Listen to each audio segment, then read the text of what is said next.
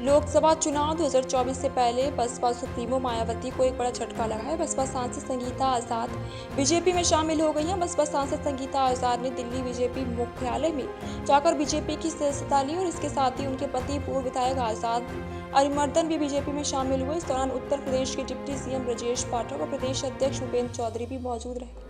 वहीं इसके साथ ही सुप्रीम कोर्ट के अधिवक्ता सीमा कुशवाहा भी बीजेपी में शामिल हुई। सीमा कुशवाहा ने सालों का निर्भया कांड में निर्भया की मां की वकील के रूप में सुप्रीम कोर्ट में केस लड़ा था। संगीता आजाद के बीजेपी में शामिल होने पर बीजेपी महासचिव विनोद तावड़े ने कहा कि संगीता आजाद सही मायनों में आज आजाद मना रही होंगी और पीएम मोदी के नेतृत्व में काम करने आई हैं। उन्होंने कहा कि इनकी क्षमता का पूरा उपयोग होगा। बीजेपी जब नारी शक्ति के लिए बढ़ चढ़कर काम कर रही हो, ऐसे में सीमा जैसे लोगों का उपयोग पार्टी करेगी। यूपी के डिप्टी सीएम ब्रजेश पाठक ने कहा और संगीता आजाद का स्वागत है।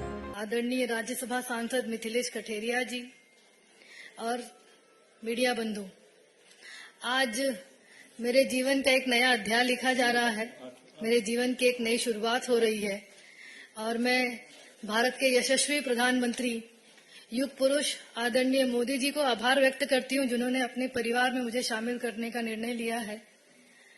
मैं उनके कल्याणकारी नीतियों, जो महिलाओं, गरीब, किसानों के लिए जिन्होंने योजनाएं बनाई है, मैं उनसे प्रभावित होकर उनके साथ जुड़ने का मैंने निर्णय लिया है।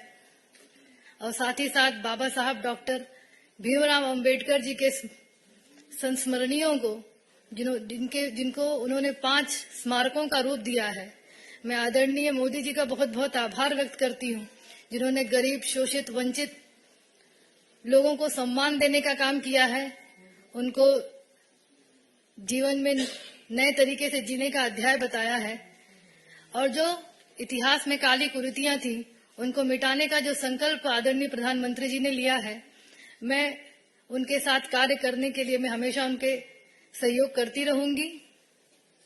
और मैं आशा और विश्वास दिलाती हूं कि जो भी दायित्व मुझे पार्टी देगी मैं उसे पूरा करने का काम करूंगी। जो विश्वास मुझ पे जताया